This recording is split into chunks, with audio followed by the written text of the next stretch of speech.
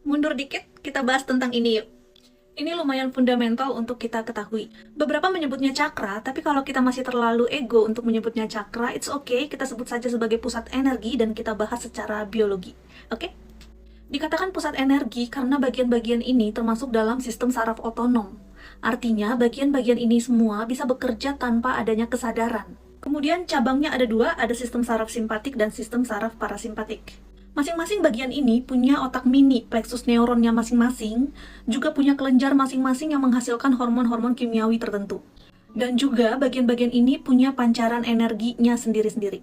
Aliran energi dari tubuh itu seperti ini, dari bawah menuju atas. Semakin ke atas, panjang gelombangnya semakin pendek, artinya vibrasinya semakin tinggi, sehingga sesungguhnya tugas kita adalah mengalirkan energinya dari bawah menuju atas. Sehingga tidak ada energi-energi yang terjebak.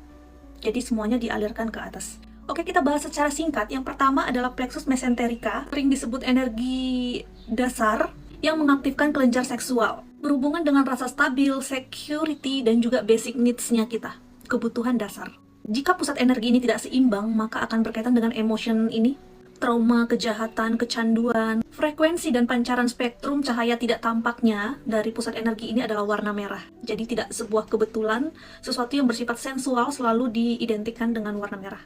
Yang kedua adalah plexus superior, mengatur kelenjar pencernaan dan pankreas. Pancaran spektrum warna tidak tampaknya adalah warna orange di pusat energi ini.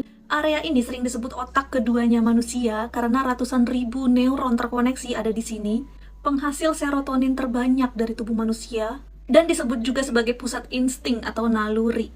Jadi kalau kalian mau instingnya kuat, nalurinya kenceng, perhatiin pencernaannya. Puasa, makan yang benar, itu bagus untuk pusat energi ini. Makanya bahasa Inggrisnya percaya sama nalurimu itu trust your guts, percaya ususmu. Pusat energi ini juga berkaitan dengan rasa khawatir, merasa kurang, gak percaya diri. Makanya kalau kita gugup, kita khawatir, kita bisa langsung merasa mules dan juga gangguan-gangguan pencernaan yang lain. Sebaliknya juga, kalau pusat energi ini tidak seimbang, makannya kita nggak benar, sangat berpengaruh sama moodnya kita.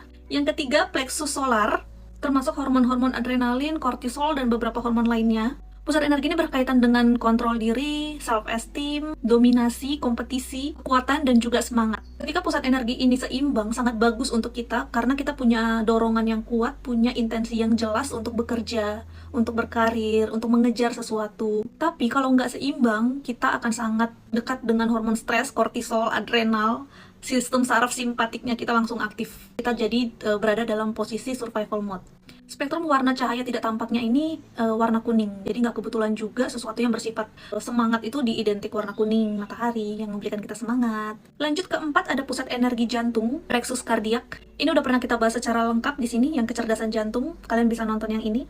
Jantung si generator elektromagnetik tubuh manusia, jembatan antara tubuh materialnya kita dengan tubuh imaterial. Dan bukan kebetulan juga jantung selalu diidentikan dengan lambang cinta.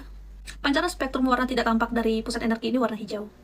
Yang kelima ada plexus tiroid, sering juga disebut sebagai throat chakra, mengatur kelenjar tiroid, paratiroid, dan juga kelenjar air ludah. Pusat energi ini berkaitan dengan pengekspresian diri, pengekspresian cinta. Jika tidak seimbang, terutama bagi orang-orang yang suka memendam, tidak mengekspresikan apa yang dirasakan, sangat berpengaruh pada metabolisme tubuh.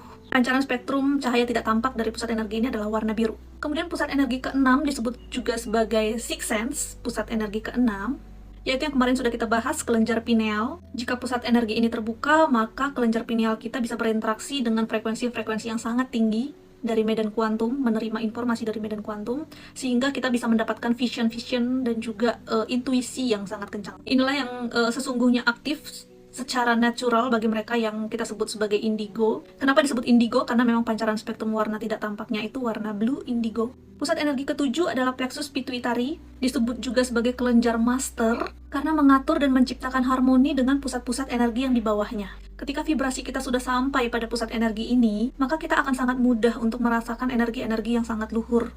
Dan ketika kita merasakan energi-energi yang luhur ini, tubuh melepaskan neuropeptida yang berbeda yang disebut oksitosin. Oksitosin ini secara natural akan menutup reseptor-reseptor di amigdala, bagian otak yang memantik rasa takut dan kecemasan. Seperti yang sudah sebelumnya sering aku bahas, kebanyakan dari kita masih bertahan hidup dalam survival mode, mengandalkan sistem saraf simpatiknya kita, melekat dengan materi, sehingga 3 pusat energi terbawah saja yang aktif. Kita tidak mengalirkan energinya ke pusat energi yang di atas, sehingga kita mengejar materi, kekuasaan, power yang tidak ada habisnya. Jadi mari untuk semakin banyak mengaktifkan energi jantung, merasakan emosi-emosi yang luhur, cinta, welas asih, kasih sayang. Karena hidup berpusat dari jantung adalah jalan menuju keilahian, jalan menuju terang, cahaya.